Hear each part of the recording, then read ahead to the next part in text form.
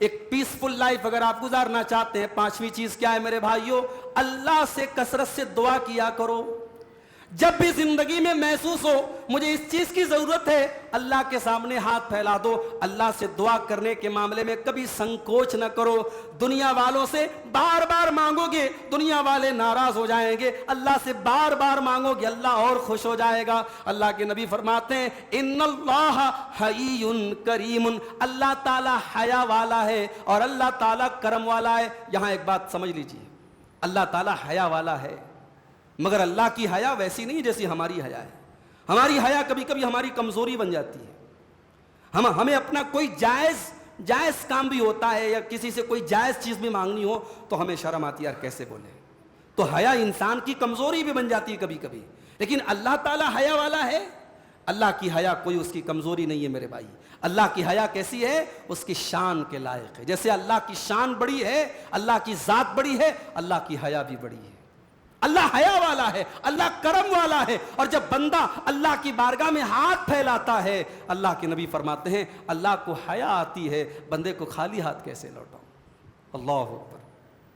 یہ ہاتھ جب اللہ کی بارگاہ میں اٹھتے ہیں میرے بھائی، وہ شاعر نے کہا ہے نا، اٹھتے نہیں ہیں ہاتھ میرے اس دعا کے بعد۔ اللہ کی بارگاہ میں جب ہاتھ اڑ جاتا ہے تو یہ خالی ہاتھ کبھی، یہ ریٹرن کبھی خالی نہیں جاتا ہے۔ اس لیے اس اللہ سے میرے بھائیوں دعائیں کیا کرو۔ سارے راستے جب بند ہو جائیں، جب آپ کو لگے کہ میری کوئی سننے والا نہیں ہے، جب ظالم کا ظلم حد سے بڑھنے لگے، جب آپ کو ہر طریقے سے ذلیل اور رسوا کرنے کی پلاننگ کی جانے لگے، تو یاد کر لو میرے بھائیو، قرآن کہتا ہے امن یجیب المضطر اذا دعاہ ویکشف السوء۔ میرے بندو، وہ کون سی ذات ہے جو مصیبت میں پڑے ہوئے انسان کی، جو مظلوم انسان کی، جو بے بس انسان کی دعاؤں کو سنتا ہے، ویکشف السوء، اور اس کی پریشانیوں کو دور کرتا ہے۔ اللہ اسباب کا محتاج نہیں ہے میرے بھائی، ہم اور آپ اسباب کے محتاج ہیں۔ اللہ جب جس کو چاہے، جتنا چاہے، جو چاہے دے سکتا ہے۔ اللہ کے اوپر کوئی پابندی نہیں ہے، کوئی لمیٹیشن نہیں ہے۔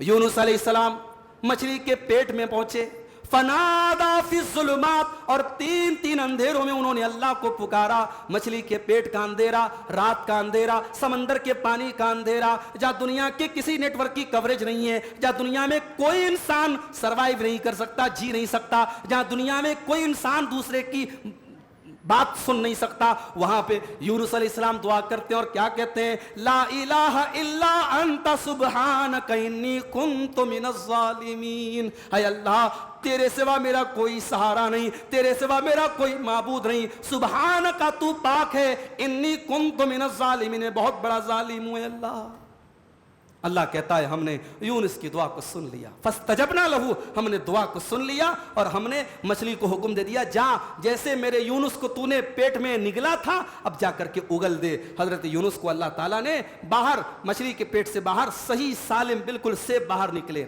اور چونکہ مچھلی کے پیٹ کے اندر کا جو ماحول تھا، ظاہر ہے اس میں بہت سارے انفیکشن ہو چکے ہوں گے ان کی باڈی پر، تو اللہ تعالیٰ نے وہاں پہ کدو کا درخت اگا دیا۔ اس صحرا میں اللہ تعالیٰ نے کدو کا درخت اگا دیا، اور کدو جو ہوتا ہے باڈی کے انفیکشن کے لیے بہت مفید چیز ہے، اس سے ان کے سارے انفیکشن دور ہو گئے۔ اللہ تعالیٰ نے یہ انتظام کر دیا۔ تو دعا کیا کرو میرے بھائیو، کثرت سے دعا کیا کرو۔ آج ہمارے بہت سارے بھائی، انہوں نے اپنے آپ کو جھوٹے سہاروں اور جھوٹے ڈھکوسلوں سے اپنے آپ کو گھیر لیا ہے۔ ان کو یہ پٹی پڑھا دی کہ صاحب اللہ ہماری کیسے سنے گا، ہم تو بڑے گنہگار ہیں، ہمیں تو اللہ والوں کے در پہ جانا پڑے گا، وہ ان کی سنتا ہے اللہ، وہ تو اللہ کے پیارے ہیں، اللہ کے محبوب ہیں، ان سے ہم جا کے اپنی فریاد رکھیں گے، وہ اللہ تک پہنچائیں گے۔ اور پھر لوگ مثال بھی دیتے ہیں، پرائم منسٹر سے ڈائریکٹ ملتے ہو کیا؟ سی ایم صاحب سے ملنا ہے تو سی ایم صاحب کے پی اے سے ملنا پڑتا ہے، ایم ایل اے صاحب سے ملنا ہے تو ایم ایل اے صاحب کے جو ان کا اسسٹنٹ ہے اس سے ملنا پڑتا ہے، ایسے تھوڑی ڈائریکٹ مل لیتے ہیں۔ اللہ اتنی بڑی ذات ہے، اللہ سے ڈائریکٹ آپ اپنی بات رکھیں گے؟ اللہ سے بات رکھنا ہے تو اس بابا کے پاس جانا پڑے گا، اس بابا کے پاس جانا پڑے گا، اس بابا کے پاس جانا پڑے گا۔ اب یہ باباؤں کی ساری دکانیں انہی جھوٹے اگزامپل سے چل رہی ہے میرے بھائی۔ اللہ قرآن میں دوسرے پارے میں ان سارے ڈھکوسلوں کو اور ان ساری بے بنیاد باتوں کو ختم کرتا ہے، فرماتا ہے وَإِذَا سَأَلَكَ عِبَادِي عَنِّي فَإِنِّي قَرِيب۔ اے میرے نبی، اے میرے حبیب، جب میرے بندے آپ سے میرے بارے میں سوال کرے ان کو بتا دو میں تو قریب ہوں، میں تو اپنے بندے کی شہرک سے زیادہ اس سے قریب ہوں۔ اجیب دعوت الداعی اذا دعان، اور جب بھی مجھ سے کوئی دعا کرنے والا مجھ سے دعا کرتا ہے میں ضرور اس کی دعا کو سنتا ہوں۔ شرط یہ ہے فَلْيَسْتَجِيبُوا لِي وَلْيُؤْمِنُوا بِي، بندے میری بات تو مانے، میرے اوپر ایمان تو رکھے۔ تو اللہ کی بات تو مان۔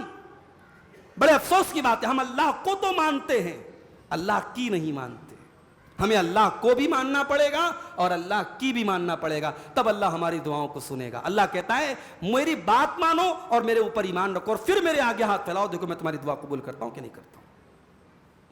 اور میں نے ابھی جمعہ کے خطبے میں جب دعا پر میں نے خطبہ دیا تو میں نے وہ حدیث بھی آپ کو پڑھ کے سنائی تھی، مسند احمد کی وہ صحیح حدیث بھی میں نے سنائی تھی۔ جب بندہ دعا کرتا ہے تو 3 چیزیں تو گارنٹیڈ ہیں، یا تو جو دعا کر رہا ہے وہ چیز اس کو مل جاتی ہے، یا پھر اس دعا کی وجہ سے اللہ تبارک و تعالی کوئی مصیبت دور کر دیتا ہے، یا پھر اس دعا کو اللہ تعالیٰ ذخیرہ بنا دیتا ہے، آخرت میں وہ ہماری نیکیوں میں کاؤنٹ ہوتی ہے وہ دعا۔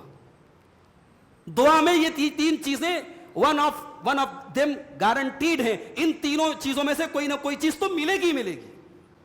جب صحابہ نے یہ سنا تو صحابہ نے کہا اللہ کے نبی اگر ایسی بات ہے تب تو ہمیں خوب دعا کرنا چاہیے۔ تو اللہ کے نبی نے یہ نہیں کہا کہ تم خوب دعا کرو گے تو اللہ تعالیٰ نعوذ باللہ تھک جائے گا۔ اللہ کے نبی نے فرمایا اگر تم خوب دعا کرو گے اللہ اکثر، تو اللہ خوب دے گا، تم جتنا مانگو گے اللہ اتنا زیادہ دے گا۔ اللہ کے خزانے میں کوئی کمی آنے والی نہیں۔ حدیث قدسی کے وہ الفاظ یاد کرو میرے بھائیوں، جس حدیث میں اللہ کے نبی کہتے ہیں کہ اللہ تعالیٰ کہتا ہے کہ اے آدم کے بیٹو تم سب کے سب مل کر، جتنے انسان آدم علیہ السلام سے لے کر آج تک اور قیامت تک پیدا ہونے والے ہیں، سب کسی میدان میں اکٹھا ہو جائیں اور سب مجھ سے مل کے دعا کریں اور سب کی دعا کو میں قبول کر لوں، تب بھی میرے خزانے میں کوئی کمی آنے والی نہیں ہے سوائے اتنی جتنی ایک سوئی کو اگر سمندر میں ڈال کر کے واپس نکالا جائے تو سوئی کے ساتھ جتنا پانی نکلے گا سمجھو اللہ کے خزانے میں اتنی بھی کمی آنے والی نہیں ہے۔ یہ اللہ کی شان۔ تو میرے بھائیوں دعا کو اپنی زندگی میں شامل کرو، اور دعا کی جب بات آئی ہے یہ بہترین ٹائم ہے دعا کا۔ لوگ پوچھتے مولوی صاحب شب قدر میں کیا کریں، جاگنے والی راتوں میں کیا کریں؟ دعا کرو بھائی، یہ موقع ہے۔ کتنے بے اولاد جوڑے ہیں، لوگ کہتے مولوی صاحب اولاد نہیں ہو رہی بہت علاج کرا رہے، یہ موقع ہے اللہ سے اپنی منوانے کا۔ رات کا ٹائم ہے، قدر کی رات ہے، طاق رات ہے، رمضان کے آخری عشرے کی رات ہے، بیٹھ جاؤ، مسجد میں بیٹھ جاؤ، گھر میں بیٹھ جاؤ، اپنے رب کے سامنے اپنا دکھڑا رو دو میرے بھائی، سنا دو اس کو اپنے دل کا دکھڑا، سنا دو اپنے دل کی حالت، وہ اس کے سامنے اپنی کمزوری بیان کر دو، وہ سننے والا ہے میرے بھائی۔ یہ قبولیت کا ٹائم ہے، تہجد کی نماز کا ٹائم قبولیت کا ٹائم ہے، رمضان کا آخری عشرہ قبولیت کا ٹائم ہے، جمعہ کا دن قبولیت کا ٹائم ہے، زمزم پینا کا ٹائم قبولیت کا ٹائم ہے۔ حدیثوں میں جو قبولیت کا ٹائم بتایا گیا ہے ان قبولیت کے ٹائمز کو تلاش کرو اور اس ٹائم اللہ سے دعا کرو۔ 5 چیزیں ہو گئیں۔ نمبر 6، اگر خوشحال زندگی چاہتے ہو، پیسفل لائف چاہتے ہو، چھٹا کام کیا کرنا ہے؟ اللہ کا خوب ذکر کرنا ہے، اللہ کا خوب ذکر کرنا ہے، خوب نام لینا ہے، اللہ کا خوب اس کو یاد کرنا ہے۔ کبھی غور کیا آپ نے اللہ قرآن میں جہاں بھی ذکر کی بات کرتا ہے وہ کثیرہ کا لفظ آتا ہے۔ مثال کے طور پر یا ایھا الذین آمنوا اذکروا اللہ ذکرا کثیرا، اے ایمان والو اللہ تعالیٰ کو خوب یاد کیا کرو، بہت یاد کیا کرو۔ هو الذی وسبحوہ بکرۃ واصیلا، اور صبح شام اللہ کی تسبیح بیان کیا کرو۔ یہ اللہ نے یہ کیوں کہ خوب ذکر کیا کرو، اس لیے کہ اگر ہم اللہ کو خوب ذکر کرتے ہیں، خوب یاد کرتے ہیں تو ہمارے لیے ہے کتاب ہم بہت یاد کرتے ہیں۔